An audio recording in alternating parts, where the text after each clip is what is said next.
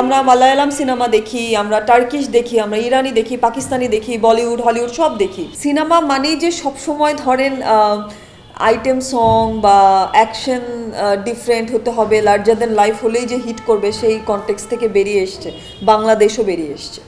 আমার কখনো এটা মনে হয়নি, এবং লাস্টের কয়েক বছর ঈদে তো সেটা মনে হয়নি, তাহলে হাওয়া এত ভালো নাম করতো না, উৎসব করতো না।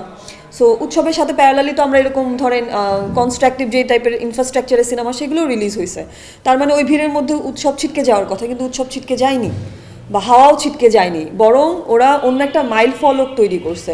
সো আমাদের মনে হয় যে টিপিক্যাল যে চিন্তাটা আমাদের আছে যে সিনেমা মানেই এরকম হতে হবে, এই রকম গান থাকতে হবে, করোনা বা যে কোনো ভাইরাসের এগেইনস্টে ফাইট মানি ব্যাকট্রলের লেফট রাইট এই প্যাটার্ন অফ আর্টিস্ট থাকতে হবে, পোশাক এরকম থাকতে হবে, অ্যাকশন এরকম থাকতে হবে। আমার মনে হয় ওই জায়গা থেকে আমরা ভেঙে আসছি। আরও একটা ব্যাপার আপনাকে ভাবতে হবে যে আমাদের নেক্সট জেনারেশন যারা, ওরা কিন্তু মাল্টিপল কনটেক্সট দেখে।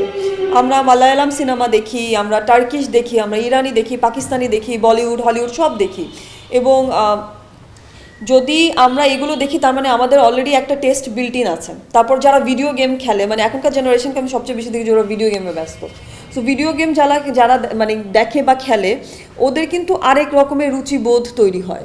সো সব কিছু মিলিয়ে ঝিলিয়ে সিনেমা মানেই যে সবসময় ধরেন আইটেম সং বা অ্যাকশন ডিফারেন্ট হতে হবে, লার্জার দেন লাইফ হলেই যে হিট করবে সেই কনটেক্সট থেকে বেরিয়ে এসছে, বাংলাদেশও বেরিয়ে এসছে। আমার কাছে মনে হয় না এখন আর মানে বাংলাদেশকে সিনেমার ক্ষেত্রে আটকে রাখা যাবে। আর এই ডিরেক্টরদেরকে আমি অবশ্যই সাধুবাদ জানাই যে ওরা এই স্টেপগুলো নিছিল, যার কারণে এখন এই টাইপের মানে গল্প দিয়েও যে আসলে সিনেমা হিট করা যায়, সেই জায়গায় এখন আবার সিনেমা ব্যাক করবে।